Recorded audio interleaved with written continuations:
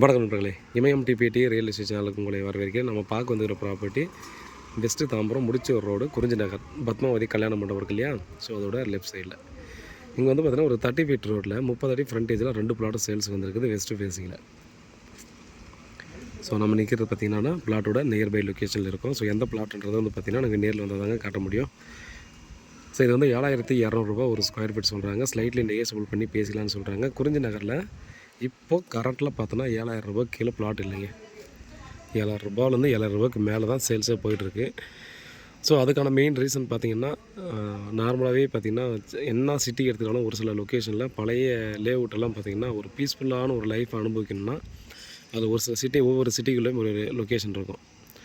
நம்ம எப்படி ஈஸ்ட் தாம்பரம் எடுத்துக்கிட்டால் நம்ம மாடம்பாக்கத்தை சொல்லுவாங்க, உள்ள சென்னை சிட்டியில் ஒரு சில ஏரியா சொல்லுவாங்க. அந்த மாதிரி வெஸ்ட்டு தாம்பரம்னு எடுத்துக்கிட்டால் குறிஞ்சி நகரை சொல்லுவாங்க. ஏன்னா பழைய பர்சன்ஸ் எல்லோரும் பார்த்திங்கன்னா அப்பார்ட்மெண்ட்ஸாவோ இந்த மாதிரிலாம் கட்டாமல் இண்டிவிஜுவல் வில்லாஸாக கட்டிக்கிட்டாங்க. அவங்க தனி வீடாக கட்டிக்கிட்டு இருக்கிறதால என்ன தான் பார்த்தீங்கன்னா டெவலப்டு ஏரியா இருந்தாலும் ரொம்ப பீஸ்ஃபுல்லாக இருக்கும். ஸோ அன்வான்ட் பர்சனும் பார்த்தோன்னா ஈஸியாக அங்கே வர்றதுக்கான வாய்ப்புகள் இல்லை, தேவையில்லாமல் க்ரௌடெல்லாம் இருக்கிறதுக்கு வாய்ப்பு இல்லை. ஸோ அந்த மாதிரி பார்த்திங்க அப்படின்னா ஒரு பீஸ்ஃபுல்லான ஏரியா, சைலண்ட்டான ஏரியா, நல்ல ரிச்சான லொக்கேஷனுங்க வந்து பார்த்திங்கன்னா நிறைய பெரிய பெரிய பர்சன்ஸ் எல்லாம் கூட பார்த்தோன்னா அந்த இடத்துல இருக்காங்க.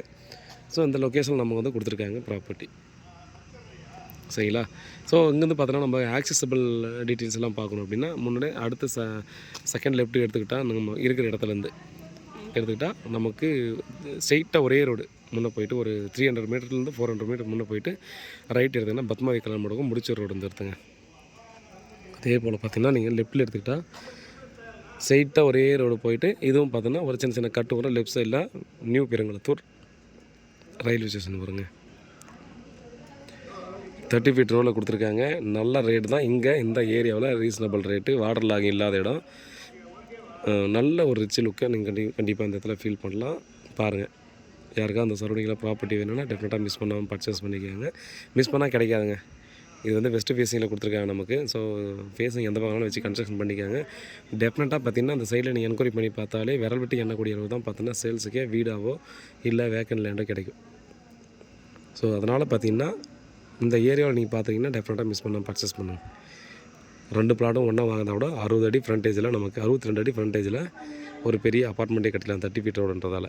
இண்டிவிஜுவல் பர்சன் வாங்குறதோட பார்த்திங்கன்னா 2 பர்சனும் வாங்கலாம், இல்லை 3 பேர் சேர்ந்து வாங்குறத விட 20க்கு 47 இந்த மாதிரி சைஸில் இருக்குது. ஸோ 2 வீடாக கூட 3 வீடாக கூட பார்த்திங்கன்னா யாராவது ஷேர் பண்ணி கன்ஸ்ட்ரக்ஷன் பண்ணிக்கலாம், சப்டிஷன் பண்ணி.